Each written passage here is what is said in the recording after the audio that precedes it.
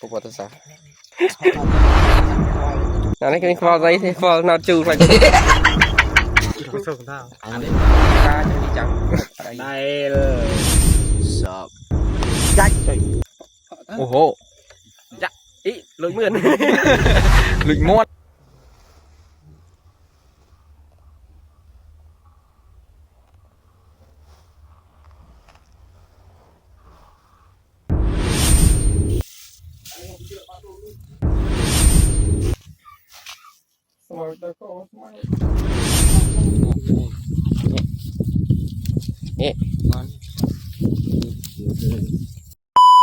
ជំរាបសួរប្រិយមិត្ត Mr. Vlogger ទាំងអស់គ្នាស្វាគមន៍មកកាន់វីដេអូថ្មីផងដែរហើយក្នុងវីដេអូនេះដែរខ្ញុំនឹងនាំអារម្មណ៍បងប្អូនទាំងអស់គ្នាមកតាមដានទស្សនាវីដេអូរោពូនិងវីដេអូដាក់គប់កដោអញ្ចឹងណាបងប្អូនទាំងអស់គ្នាហើយឥឡូវនេះបើកក្បាលវីដេអូមកបើកមកគឺបើដេញពុះយកតែម្ដងមកឃើញដូចជាសាំងសឿមួយបាទរៀងពាក់កណ្ដាលកដៃដែររៀងធំដែរហ្នឹងបងប្អូនទាំងអស់គ្នាធំមួយឈុំឯងងុំវែងទេបាទហើយឥឡូវនេះយើងធ្វើការដាក់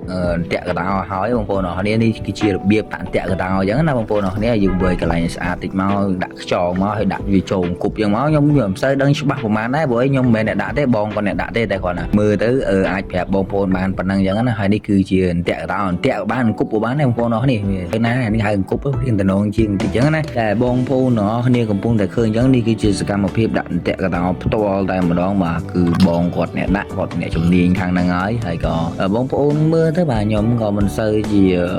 ចេះដាក់អីប្រហែលដែរចេះដាក់តាមគាត់គាត់មើលគា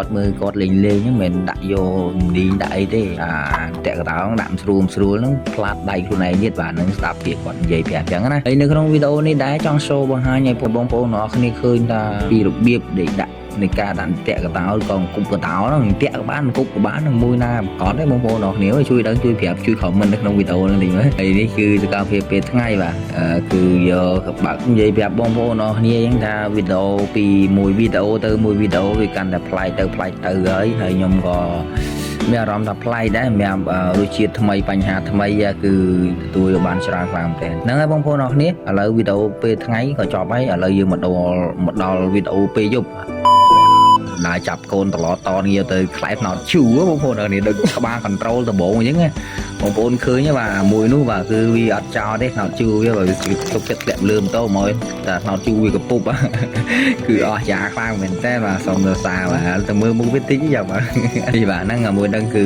ញៀនណោតជូខ្លាំងមែនតើបាទខាងណាដាក់ថ្ងៃរហូតដល់យប់ឡើងដល់ចាប់តឡនតដាក់គប់កដោដាក់រោពុះពេញហ្នឹងបងប្អូនអរគ្នានេះតឡនតនេះចាប់បានមកដងហើយនៅក្នុងថង់នេះកន្លះថង់ចិត្តកន្លះថង់ដែរណាបងប្អូនអរគ្នា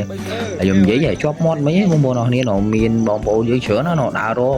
បានអ្នក1អ្នក2អ្នក4អ្នក2បានកន្លះចាន់ដៃដែរបងប្អូនអរគ្នាតែគាត់ថាពេលថតគាត់ថតឲ្យបងប្អូនមើលតែពេលហូបបានចែកបងប្អូននេះបាទ